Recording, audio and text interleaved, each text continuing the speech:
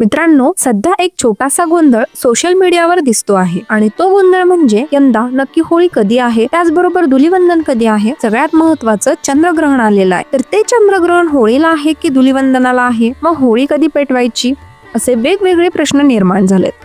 आणि या सगळ्या प्रश्नांची उत्तरं तुम्हाला आजच्या या एकाच व्हिडिओत मिळणार आहेत. चला तर मग सुरुवात करूया. पहिला प्रश्न, होळी यंदा कधी आहे? तर यंदाची होळी आलेली आहे 2 मार्च 2026 ला. कारण होळी पौर्णिमा सुरू होते 2 मार्चला संध्याकाळी 5:55 आणि पौर्णिमेची समाप्ती होणार आहे 3 मार्चला संध्याकाळी 5:07.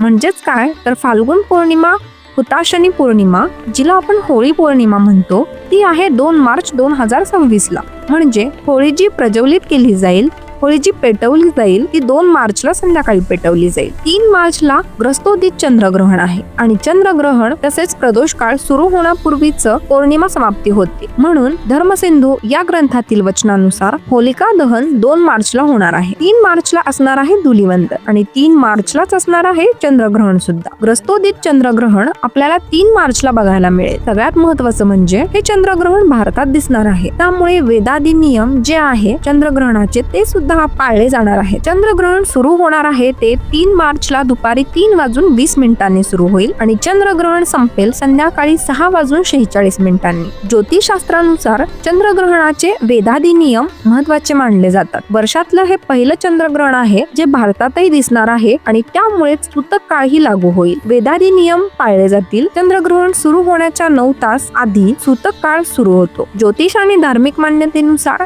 या काळात कोणतेही शुभ कार्य करणं टाळायला सांगितलं जातं. तर मंडळी, थोडक्यात इथे हे स्पष्ट होतंय की होलिका प्रतिपन जे आहे, अर्थात होळी जी पेटवायची आहे ती 2 तारखेला पेटवायची आहे आणि धुलीवंदन 3 तारखेला आहे आणि 3 तारखेला चंद्रग्रहण सुद्धा आहे. म्हणजे चंद्रग्रहणाचा आणि होळीचा तसा काही संबंध नाही. हिंदू पंचांगातील शेवटचा आणि निसर्गाच्या परिवर्तनाचा साक्षीदार असलेला फाल्गुन महिना, या फाल्गुन महिन्यामध्ये ही होळी पौर्णिमा असते. हिंदू पंचांगात चैत्र महिन्यापासून सुरू होणाऱ्या वर्षाच्या चक्राचा फाल्गुन हा 12वा म्हणजे शेवटचा महिना असतो. शिशिर ऋतूचा हा दुसरा महिना असून या काळात निसर्ग जुनी पानं गाळून नव्या पालवीसाठी सज्ज होतो. 18 फेब्रुवारी पासून फाल्गुन महिना सुरू झालेला आहे आणि या फाल्गुन महिन्यात जी पौर्णिमा येते त्या पौर्णिमेला आपण होळी पौर्णिमा म्हणतो. या होळी पौर्णिमेला सुद्धा निसर्ग जे करतो तेच आपल्यालाही करायचं असतं. होळीमध्ये जुने विचार जाळून टाकायचे आणि नकारात्मकता सुद्धा जाळून टाकायची असते. सगळ्या निगेटिव्ह गोष्टी सोडून द्यायच्या आणि नव्याने सकारात्मकतेला सुरुवात करायची. फाल्गुन हा वर्षाचा शेवटचा महिना असल्याने आणि त्यात होळी आणि धुलीवंदन वगळता फारसे मोठे सण किंवा शुभ कार्यासाठी मुहूर्त नसतात. म्हणून अनेकदा आपण उपरोधीपणे म्हणतो